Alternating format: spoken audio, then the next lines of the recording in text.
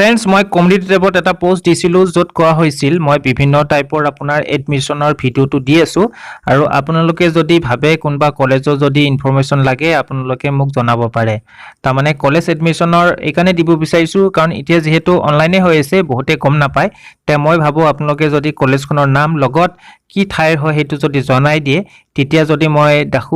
দেখো যে ভিডিঅ' দিব পৰা যায় তেতিয়াহ'লে মই নিশ্চয় বনাম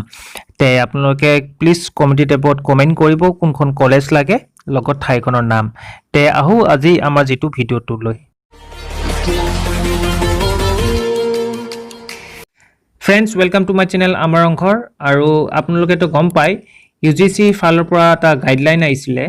যেটো গাইডলাইন আপোনাৰ ৰিগাৰ্ডিং এক্সামিনেশ্যন আৰু একাডেমিক ক্যালেন্ডাৰৰ ওপৰত আছিলে আৰু 8 তাৰিখে আকৌ এটা গাইডলাইন আহিলে গাইডলাইনটো তাৰ মানে কি হ'ল ইতিয়াটো আপোনালোকৰ ফাইনেল হৈ গল যে ফাইনেল সেমিষ্টাৰৰ এক্সাম বিলাক হ'ব কিন্তু ফাইনেল সেমিষ্টাৰ এক্সাম বিলাক যে হ'ব কিন্তু কেনেকুৱা প্ৰক্ৰিয়াত হ'ব কি প্ৰিকচন বিলাক ল'ব লাগিব তাৰ ওপৰত ফুল এটা ইয়াতে ইনস্ট্ৰাকচন আছে আৰু ফুল ইনস্ট্ৰাকচনটো আছে আৰু আপোনাৰ ইয়াতে লিখা আছে আমি যদি অলপমান তলত যাওঁ যদি যাওঁ ইয়াতে লিখা আছে চাওক অফিস মেমোৰেন্ডাম বুলি আছে আৰু সাবজেক্ট আছে instruction for conduct of examination regarding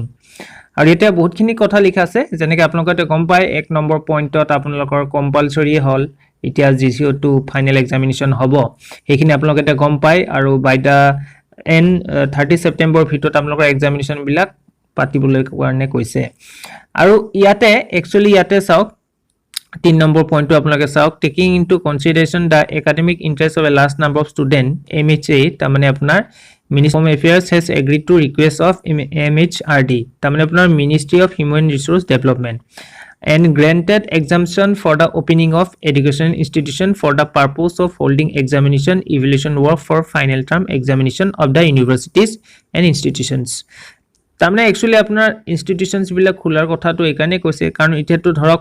যেতিয়া ফাইনেল এক্সামিনেশ্যন হ'ব ইনষ্টিটিউশন বিলাকতে আপোনালোকৰ পৰীক্ষাবোৰ হ'ব হেতু ওপৰতে কথাখিনি কৈছে কিন্তু একচুয়ালি যে এই এক্সামিনেশ্যনটো হ'ব সেই কাৰণে এটা ডিটেইল এটা ইনস্ট্ৰাকচন আছে আৰু যেটো আপোনাৰ এটো চাওক MH সাইন নম্বৰ পইণ্টটো চাওক ministry of human resource development এটা ফৰ্মুলেটেড কৰিছে ডিটেইল SOP তাৰমানে standard operating procedure standard operating procedure মানে হল আপোনালোকৰ স্টেপ বাই স্টেপ কিছুমান ইনস্ট্ৰাকচন থাকিব যত আমি কিবা এটা যিকোনো এটা বিষয় যদি আমি ইনস্ট্ৰাকচন হিচাপত ফলো কৰিব লাগে তাৰ এটা ডিটেইল ইনস্ট্ৰাকচন থাকে ঠিক তেনেদৰে ধৰক এক্সামিনেশ্যন যে ইয়াতে পাতিব ইয়াৰ কিনকুৱা ইনস্ট্ৰাকচন থাকিব গোটেইখিনি ইনস্ট্ৰাকচন আপোনালোকে চাই ল'ব পাৰিব মই PDF খনৰ লিংকও আপোনালোকক দি দিম আৰু ইয়াতে আপোনালোকৰ চাওক গাইডলাইন বুলি আছে guideline for conduct of examination এইখিনি আছে আৰু ইয়াতে কিন্তু মই আজি এইখন যেতিয়া মই PDF খন পঢ়িলো বহুত ভাল কথা কিছুমান কৈছে মানে যি কাৰণত কাৰণে আমাৰ কোভিড হ'ব পাৰে তাৰপৰ আমি কেনেকৈ প্ৰটেকচন কৰিব পাৰো সেইখিনি বস্তুটো এক্সট্ৰাকেটো আছেই সাবসিকুৱেন্টকে কেনেকৈ আৰু ৰাখিব পাৰো আমি বস্তুবিলাক হেবিলাকো আছে আপোনালোকে PDF খন আপোনালোকে কাইন্ডলি ডাউনলোড কৰি ললে গম পাই যাব চাওক মই ইয়াতে কেইটামান পইণ্ট এনে আপোনালোকক মই পঢ়াই আছো আৰু ইয়াতে চাওক এই চাওক Standard Operating Procedure for Conduct of Examination যেনেকৈ ইয়াতে আপোনাৰ 3 নম্বৰ পইণ্টটোৱে চাওক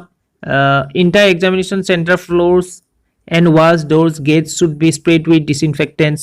the sign number আছে fresh masks and gloves to be used by exam functionaries after staff verification is done number point to sauk sanitizer bottles should be arranged at the entry gate examination room staff observe room etc and should be replenished regularly tamane yate ase sauk যদি আপোনালোকে point বিলাক যদি ভালদৰে পঢ়ে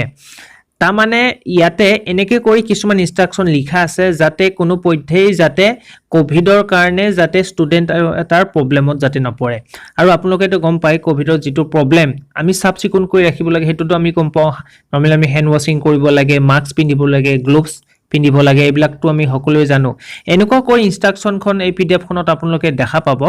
যাতে কোনবা এটা ষ্টুডেন্টৰ যেতিয়া পৰীক্ষা দিব যাব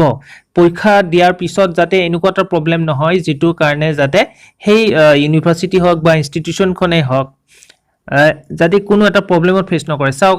এতিয়া কালিলৈকে যদি মই ধৰক এক্সাম দিব যাওঁ আৰু ইন কেস যদি মই এক্সাম দিয়াৰ পিছত যদি কিবা কাৰণত যদি এই কোভিডৰ প্ৰবলেমটো বা কোভিডৰ কাৰণে যদি মোৰ কিবা এটা যদি হৈ যায় ইনফেকশন যদি হৈ যায় তেতিয়া হলে ইয়াৰ এটা বহুত ডাঙৰ ৰিস্ক আহি যাব কাৰণ তাতে এটা দুটা ষ্টুডেন্ট বুলি নহয় এক্সামিনেশ্যন দিবলৈ কাৰণে বহুত ষ্টুডেন্ট যাব আপোনালোকৰ এক্সাম দিবৰ কাৰণে আৰু সেই কাৰণে এনেকুৱা কৰি ইনষ্ট্ৰাকচন খিনি বনাইছে যাতে সেইবিলাক যাতে প্ৰবলেম যাতে ফিউচাৰত আৰু নাবাহে আৰু হেনেকুৱা যাতে নহয় আৰু যাতে আপোনালোকে একদম কোনো প্ৰবলেম নোহোৱাকৈ আপোনালোকে পৰীক্ষাটো দিব পাৰে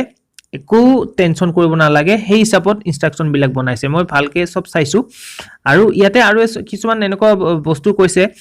ধৰক কোনবা এটা ষ্টুডেন্টৰ ইন কেস আপোনাৰ যদি কাঁচা হয় বা এনেকুৱা ধৰণৰ প্ৰবলেম পায় তেখেতক এক্সট্ৰাকে ৰুম দিয়া যাব পঢ়িবৰ কাৰণে ইয়াতে আছে সেই পইণ্টটো তাৰ পিছত নহয় বা যদি হেনেকে যদি পৰীক্ষা কিবা কাৰণত দিয়া যদি নহয় তেনেহলে সেই ষ্টুডেন্টজনক আপোনাৰ নেক্সট কিবা যেতিয়া পাৰা হয় ধৰক তাৰ কাৰণে এক্সট্ৰাকে এটা পৰীক্ষাও পাতিব পাৰে সেই পাৰ্টিকুলাৰ ষ্টুডেন্টৰ কাৰণে আৰু এনেকুৱা হয় যিবিলাক এক্সামিনাৰ থাকিব যিবিলাক মানে আপোনাৰ পৰীক্ষাৰ ষ্টাফ আহিব সেই ষ্টাফ বিলাক যদি ইন কেস যদি প্ৰথমতেটো তেখেতসকলকটো আপোনাৰ টেষ্ট কৰা হ'ব এন্ট্ৰি গেটৰ আগতে এটা যেটো আপোনাৰ গম পায় এটা গান টাইপৰ এটা বস্তু থাকে হেতু মাৰি কিনেটো আপোনালোক চোৱা যাব কিনবা কাৰণত যদি প্ৰবলেম পায় লগে লগে সেই এক্সামিনেশ্যন চেণ্টাৰৰ ভিতৰতে সোমাব দিয়া নহব এনেকুৱা কিছুমান ষ্টেপ লৈছে তে আপোনালোকে ষ্টেপ বিলাক চাব কি কি ইনষ্ট্ৰাকচন লৈছে হেকিনিও চাব আৰু মই ভাবো আপোনালোকে এটো গাইডলাইন বিলাক ভালদৰে ফলো কৰিব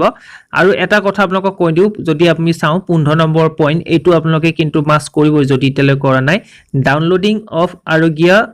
সেতু app may be advise for every staff and students of the university and college চাওক 15 নম্বৰ পইণ্টত এটোৱে কৈছে যে আৰোগ্য সেতু এপ আপোনালোকে প্লিজ আপোনালোকে ডাউনলোড কৰি ল'ব কাৰণ এটোৱে আপোনালোকৰ বহুত খিনি প্ৰবলেম ঠিক কৰে দিয়ে তাৰ মানে কেনেকুৱা ঠিক কৰে দিয়ে মই আপোনালোকক কৈ আছো এই যদি আমি এপছটো যদি আমি ইনষ্টল কৰি লওঁ কেনেকুৱা এৰিয়াত ধৰক কোভিডৰ প্ৰবলেমটো বেছি আছে হেবিলাক গম পোৱা যায় হেকাৰণে এজ এ প্ৰিকচন হিচাপত আপোনালোকৰ আৰোগ্য সেতু এপছটো লৈ ল'ব আৰু আপোনাৰ আৰু এটা মই কথা কৈ দিও চাওক ইয়াতে এটা বস্তু এটা কৈ আছে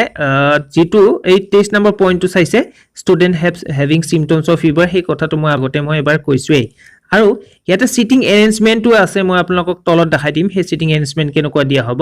হেতু মই আপোনালোকক দেখাই আছো এই চাওক সিম্পল সিটিং প্ল্যান এটো আসলতে সিম্পল হিচাপত দেখাইছে কেনেকুৱা আমাৰ আপোনাৰ সিটিং এৰেঞ্জমেন্ট হ'ব ধৰক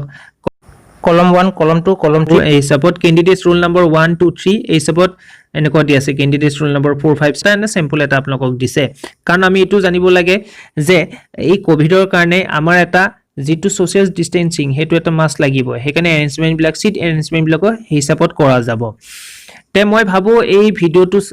আপোনালোকে ভালে পালে চাই আৰু যিমান পাৰে শেয়াৰ কৰিব পাৰে আৰু কাইন্ডলি এইবিলাক ইনষ্ট্ৰাকচন বিলাক ভালদৰে চাই ল'ব কাৰণ কালিলৈকে যেতিয়া আপোনালোকে এক্সাম দিব হেখিনি আপোনালোকে মাস ফলো কৰিব লাগিব